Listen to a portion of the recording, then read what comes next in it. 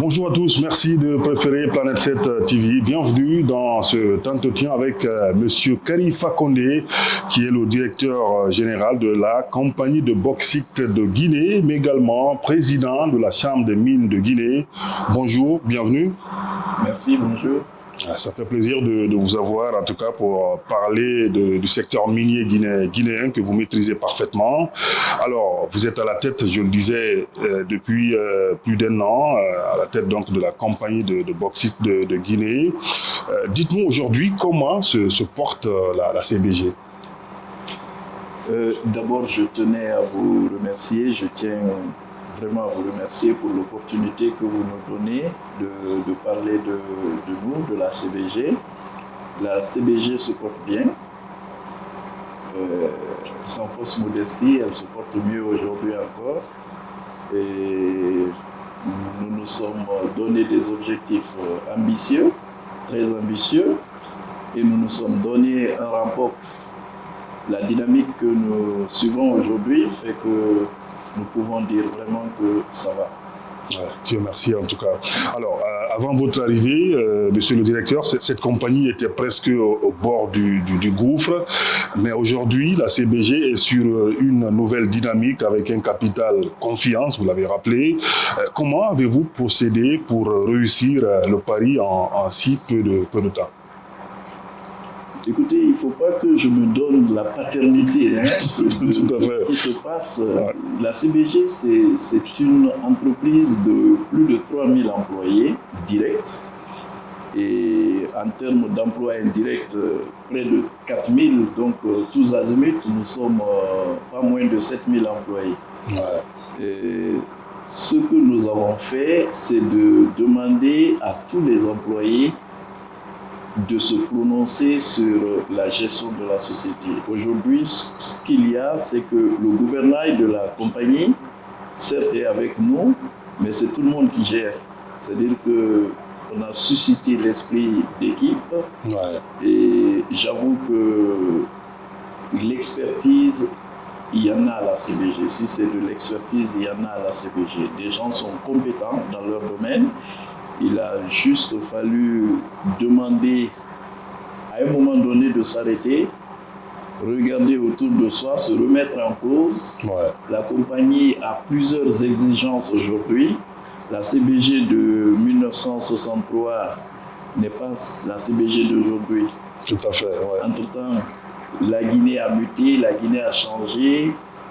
Les partenaires ont changé, les exigences ont changé. Le paradigme, carrément. Le paradigme a changé. Et comme on aime qualifier ce monde de VUCA, c'est un monde qui est très complexe, qui est très volatile. Et c'est ce qu'on a dit aux collaborateurs. Arrêtons-nous, nous ne sommes pas à l'abri d'une fermeture. Si on ne se remet pas en cause pour orienter les choses de la bonne façon, nous pourrions fermer. On a vu autour de nous des entreprises qui se croyaient à l'abri de ça, mais qui ont fermé. Tout à fait. Donc c'est ce qui s'est passé. On s'est retrouvés, on a fait un diagnostic en groupe avec tous les collaborateurs, de la mine jusqu'au port. Et puis on s'est donné un plan d'action de correction. Et c'est ce qui est en train de porter fruit.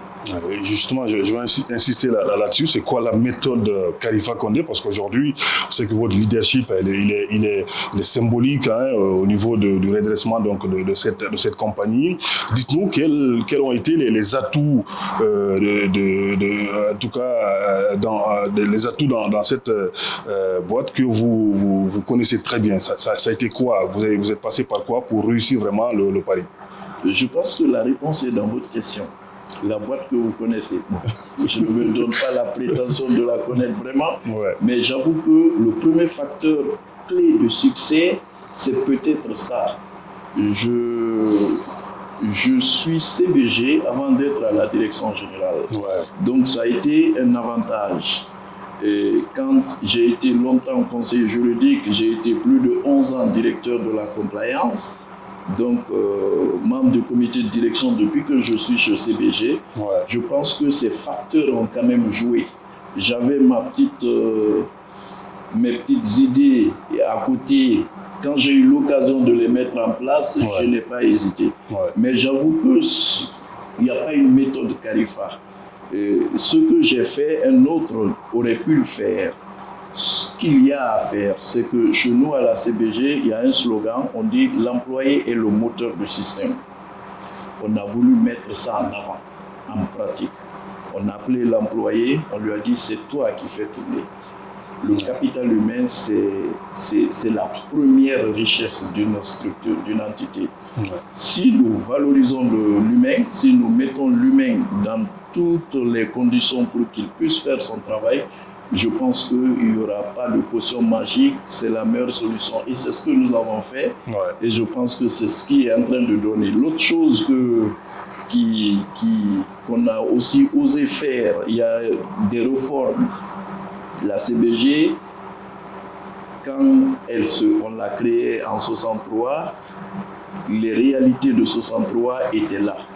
La CBG d'aujourd'hui n'est plus avec les mêmes réalités. Exactement. Si nous laissons la CBG continuer avec les réalités de 63, elle n'a pas 5 ans devant elle, elle va fermer.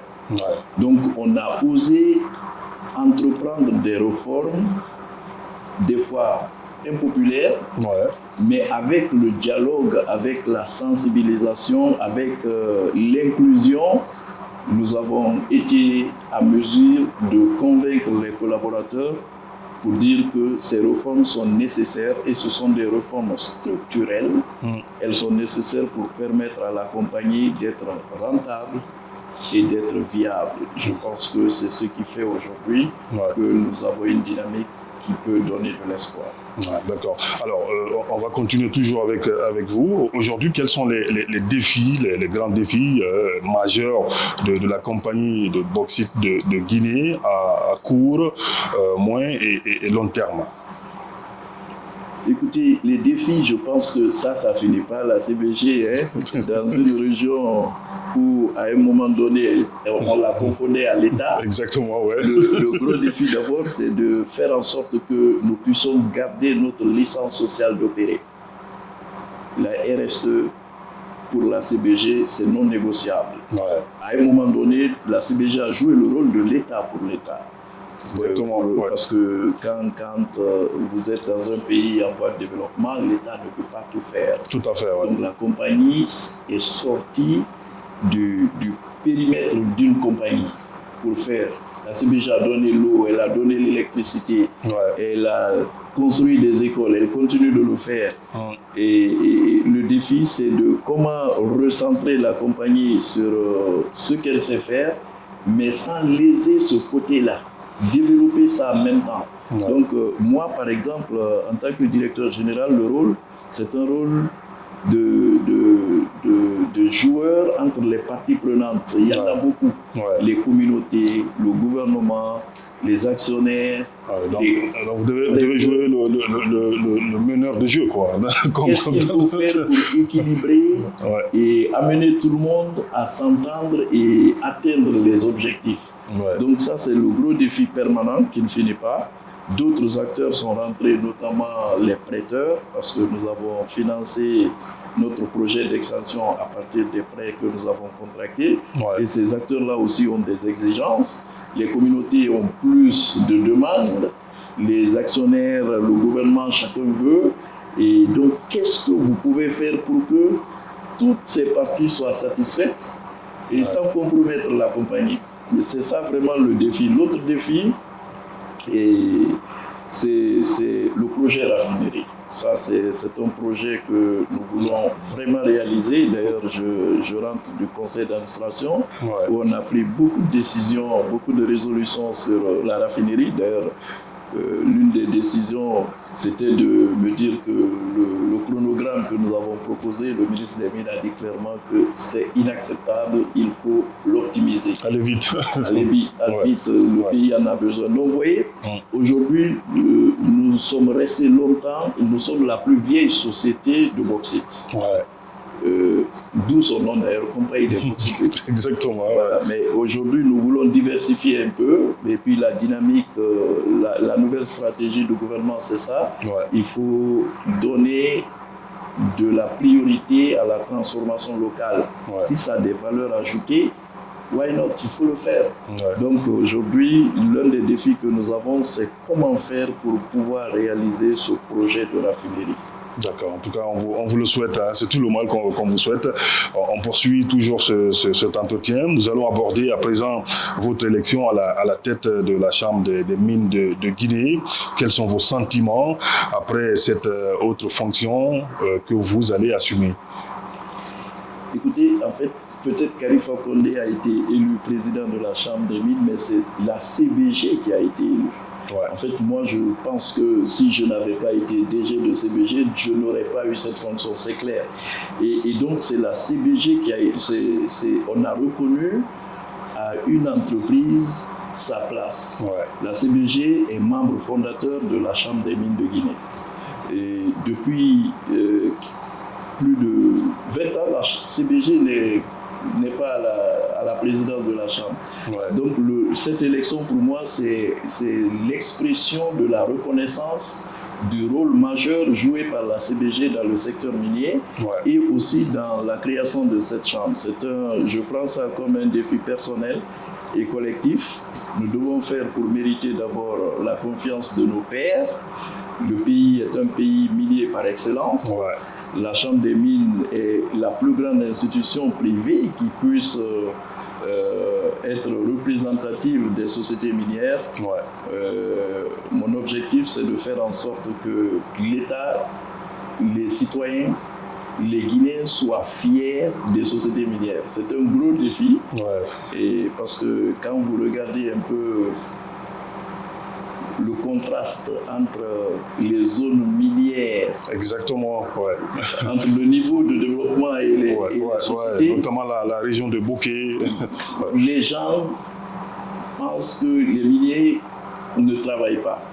Comment amener à faire réduire ce contraste, à faire savoir aux gens que les miniers travaillent, à amener les miniers à faire mieux encore. Ouais. Et vraiment, ce défi-là, je pense qu'avec les pouvoirs publics, nous allons réussir à le faire et rendre les populations fières de leur société. Parce que les sociétés minières travaillent dans des endroits où les gens existent. Tout à fait. Et donc, les premiers qui doivent profiter des sociétés minières, des mines, c'est vraiment des gens qui sont là.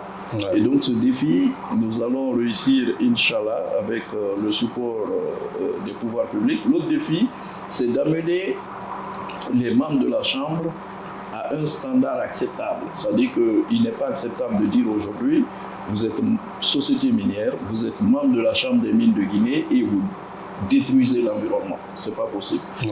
Il y a des standards, il y a des normes que nous devons nous imposer. Ouais. Nous sommes venus, les sociétés minières sont là pour se faire de l'argent, pour aider le pays à se développer. Ouais. Il faut que les deux aillent ensemble, ouais, sinon ça ne sert à rien. Il ne faut pas quand même gagner de l'argent en détruisant la nature, ouais. Voilà. Ouais, l'environnement. En tout cas, quand on fait des efforts pour amener vraiment avec les pouvoirs publics, quand nous payons des choses pour que les choses se passent correctement, ouais, ce que nous aussi nous pouvons faire, nous allons nous battre que vraiment le pays soit fier de ces sociétés minières, et je pense que c'est pas quelque chose qui est impossible à impossible. Ouais. Voilà. Ouais. Allez, aujourd'hui nous assistons également à une révolution du secteur minier. Quelles sont vos ambitions en tant que président de la Chambre des mines de Guinée? Voilà, donc je pense que j'ai commencé à annoncer ça déjà. C'est la première des choses, il faut amener les sociétés minières à se retrouver. D'abord, il faut que nous parlions le même langage. Les sociétés minières bénéficient de certains avantages que le gouvernement leur donne. Si vous prenez le cas de la CBG, nous avons une convention de base qui est signée depuis 1963, qui est ratifiée, promulguée, qui a suivi tout le processus. Je sais que beaucoup de sociétés minières ont les conventions minières. Donc, c'est d'amener d'abord les décideurs à nous aider à faire prévaloir les conventions. Mais comme le président de la République le disait lui-même, c'est-à-dire que pour vous demander à ceux qu'on respecte vos conventions, il faut que vous-même vous respectiez vos conventions. Exactement, ouais. Donc, il faut que les sociétés minières, donc l'autre chose que nous avons aujourd'hui, c'est d'amener les membres de la Chambre à respecter leurs conventions, inviter les pouvoirs publics à respecter les conventions. Donc si nous réussissons ça, l'équilibre est là déjà. L'autre chose, c'est qu'il y a beaucoup d'autres sociétés qui sont là, qui ne sont pas encore membres de la Chambre. C'est de les amener, les convaincre à adhérer à la Chambre des mines et faire des mines un catalyseur du développement. Ouais. La Guinée, c'est un pays minier. La Guinée a beau vouloir aller dans d'autres secteurs, le développement dans ces secteurs n'est possible qu'avec l'appui du monde minier. Et donc, notre rôle aujourd'hui, c'est de faire en sorte que ce monde minier puisse impulser, susciter le développement des autres secteurs agricoles. D'accord. Allez, lors de votre élection également, monsieur le directeur, vous êtes engagé à innover, à consolider le rôle de la Chambre comme partenaire clé des pouvoirs publics, des entreprises minières, des communautés et d'ailleurs l'ensemble des parties prenantes. Comment comptez-vous y parvenir à tout cela? Donc, moi, c'est simple. Ma conception d'une chambre des mines, c'est clair. Nous ne pouvons pas être en adversité avec les pouvoirs publics. C'est pas possible. C'est-à-dire que, regardez, aucune société minière dans ce pays n'est venue s'installer. Pour vous installer, il faut avoir une autorisation. Il faut avoir des autorisations. Il faut avoir des permis.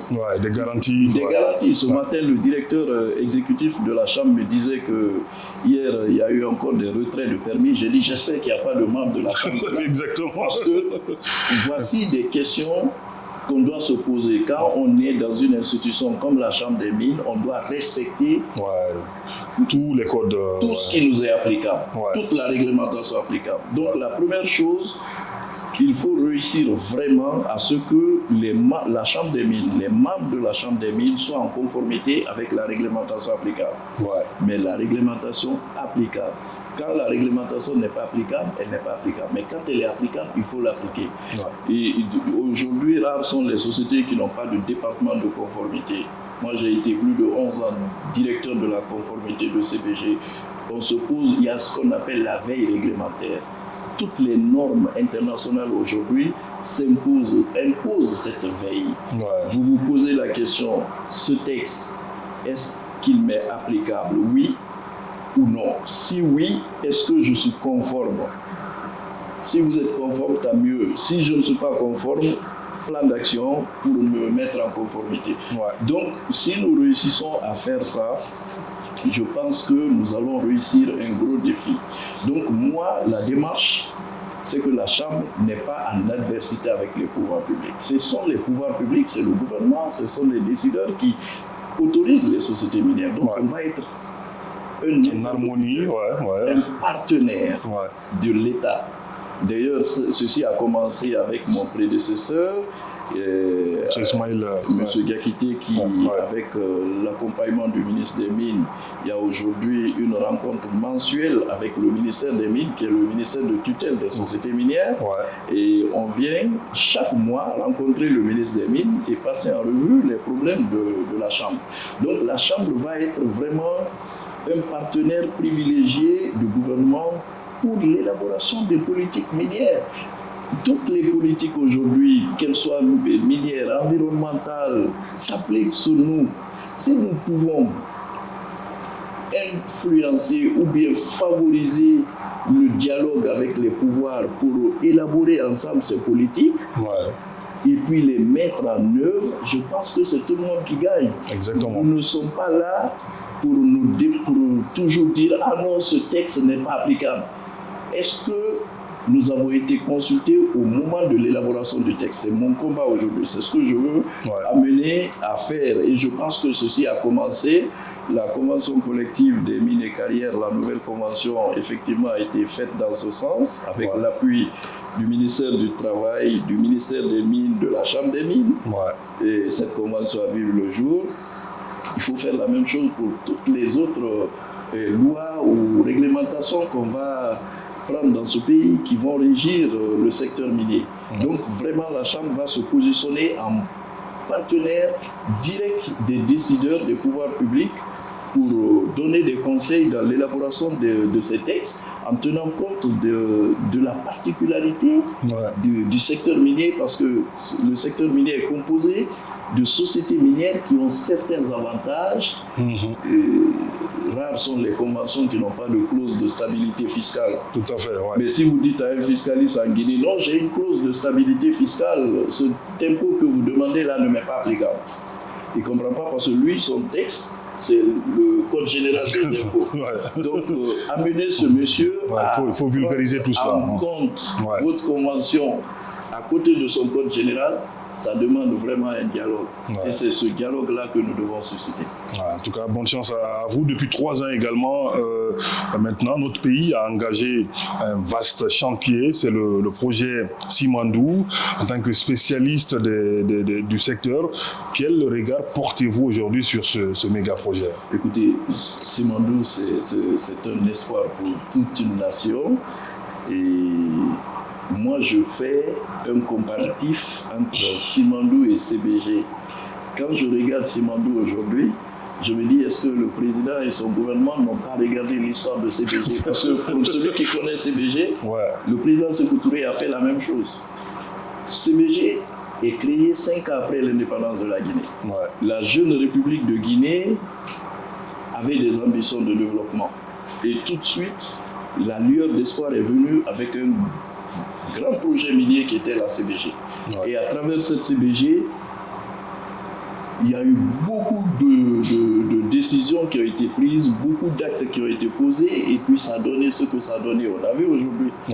La CBG a été un vecteur de développement de ce pays. Tout à fait, pendant très longtemps. Le schéma de la CBG est un schéma que la Guinée doit reprendre dans d'autres secteurs parce que vraiment ça a marché.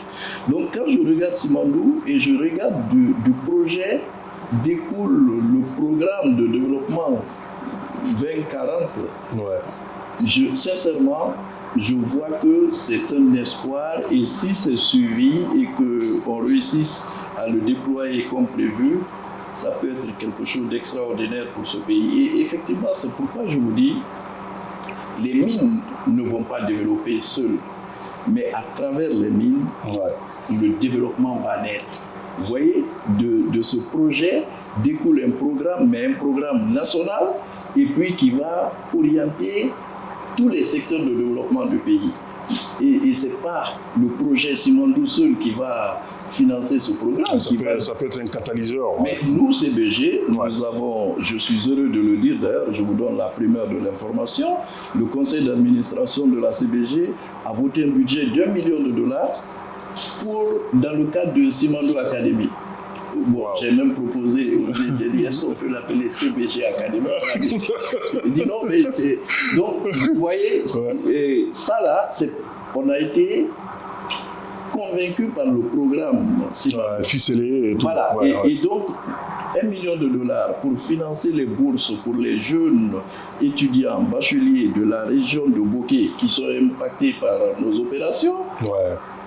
Vous voyez ce que ça fait? Vous formez le capital humain, vous formez, mais ce n'est pas le projet Simandou qui a financé ça. Exactement. C'est notre entreprise minière qui a financé ça. Ces jeunes qui vont sortir là vont aider ce pays à se développer. Donc, vraiment, je pense que le projet et le programme sont quelque chose que les Guinéens doivent s'approprier et protéger pour que ça se réalise comme prévu et ça va être un bon vecteur de développement économique de ce pays. D'accord. Allez, quel est votre regard également sur la mise en place de la nouvelle compagnie maritime, la Guinéenne des transports maritimes Guitram, mais également le Guinea Bauxite Index? Quel est le bilan fondé d'une telle décision gouvernementale? Écoutez, la Guitram, c'est une très bonne chose. Le ministre qui est le président du conseil d'administration en a parlé lors du conseil à Paris. Et moi, je sais, j'ai lu dans les livres de CBG, il y avait une société de transport maritime de la Guinée qui s'appelait Guinomar. Qui s'appelait Guinomar, mais entre-temps qui a fermé pour quelle raison, je ne sais pas. Effectivement, si vous prenez la convention de Bâle de CBG, et je suis convaincu que beaucoup d'autres sociétés minières ont les mêmes obligations, il est dit dedans que l'État a le droit de transporter les minéraux de la CBG. jusqu'à hauteur de 50% ou pourquoi pas la totalité pour le compte des clients. Et quand Guinomar a fermé, c'est Guinomar qui faisait ça. Quand il a fermé, il n'y avait plus personne. Et c'est des pertes d'opportunités pour la Guinée. Donc quand j'ai vu que Guitram est créé, ça c'est quelque chose de très bien parce que ça va aider l'État à exercer un droit que les conventions de base le lui reconnaissent.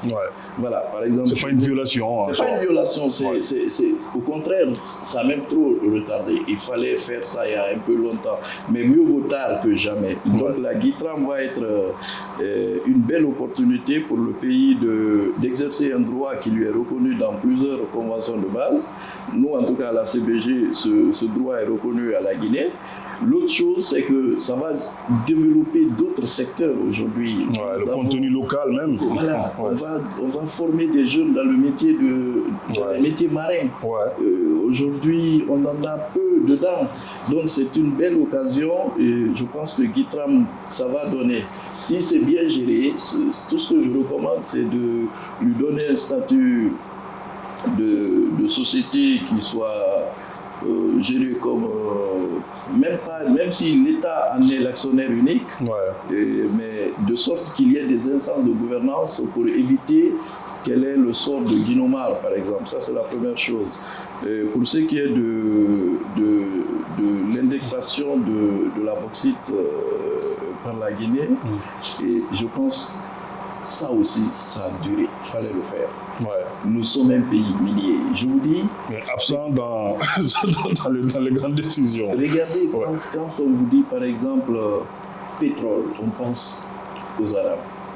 Parce qu'on sait que le pétrole, c'est chez eux. Exactement. Logiquement, quand on dit mine, on ne doit pas chercher, on ne doit pas regarder partout, on doit dire Guinée.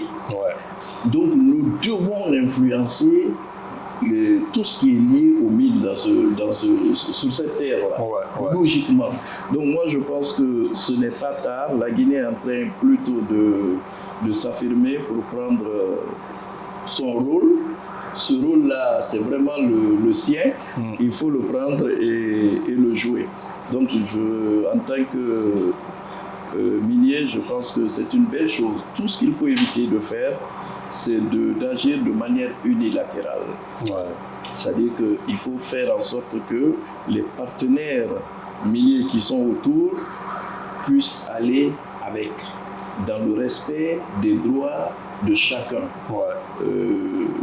Si jamais une décision vient à l'encontre d'un droit qui est prévu par une convention de base, ça se négocie, ça se discute, et puis on trouve une solution. Et la Chambre des mines peut également jouer ce rôle. On est vraiment la plateforme pour amener faciliter les gens, tout ça, pour faciliter ces échanges et amener les gens à se comprendre dans l'intérêt de toutes les parties. D'accord. Allez, la Guinée peut-elle gagner plus encore avec ses ressources minières? Selon vous, comment y parvenir? Absolument. Écoutez, moi je ne sais pas, mais le bon Dieu a pensé à la Guinée et a doté la Guinée de ressources naturelles, variées. Si on ne fait rien avec ça, le bon Dieu a joué son rôle. Nous devons le faire. Vous savez, nous, on a banni, par exemple, de notre vocabulaire le mot exploitation. Nous, on ne dit plus exploitation minière, parce que le mot exploitation, il est hybridé. Et aujourd'hui, nous, c'est le mot valorisation. Il faut valoriser les mines. Les mines simplement couchées là, ça n'a pas de sens. Mais quand l'humain se lève, il prend la machine, il vient pour sortir ces mines-là, lui donner une certaine valeur, c'est l'action de valoriser. Donc je pense que la Guinée peut valoriser, et c'est les Guinéens qui peuvent le faire en accord avec les partenaires de ce pays pour donner aux mines leur valeur, le sens qui est nécessaire. Il y a beaucoup de pays, ils n'ont qu'une seule ressource, mais ils se sont développés. Pourquoi pas nous qui avons une variété de ressources? Donc moi je pense que la Guinée peut le jouer et c'est vraiment tout près de nous. Il suffit de faire un peu d'effort. On a vu la volonté politique qui est derrière. C'est déjà un premier facteur gagnant. Et, comme on dit chez nous, facteur clé de succès. Donc, cette volonté politique, si ceci est accompagné par des actes majeurs et avec la collaboration des opérateurs et des partenaires, parce qu'il ne faut pas le faire seulement avec les yeux du Guinéen, il faut le faire avec l'investisseur qui amène aussi son argent. Tout à fait. Il faut le rassurer. C'est très important ce que je dis. Si on ne rassure pas l'investisseur, on peut se tromper. Il faut le rassurer parce qu'il vient prendre des risques. Et donc, si on équilibre ces différents intérêts, vous allez voir le boom économique que ça peut faire. Allez, on arrive à la fin de cet entretien. Quel est votre message en tant que minier par rapport au secteur, par rapport à tout ce qui se fait aujourd'hui, pour terminer? Merci beaucoup. Moi, le message que je passe, c'est d'abord que les gens sachent que les sociétés minières sont des partenaires de la Guinée. Même quand il y a des étrangers dans ces sociétés minières, même quand il y a des investisseurs étrangers, les sociétés minières sont là autant pour se faire de l'argent, mais pour aider ce pays à se développer. Ce combat-là, il faut le mener pour que tout le monde le comprenne. Quand il y a des moments de difficulté, d'incompréhension peuvent arriver. Quand ça arrive, on s'assoit, on discute, on négocie. Mais ce n'est pas une raison. Ça me fait mal de voir un train bloqué, un équipement incendié, simplement parce qu'on ne s'est pas compris sur quelque chose.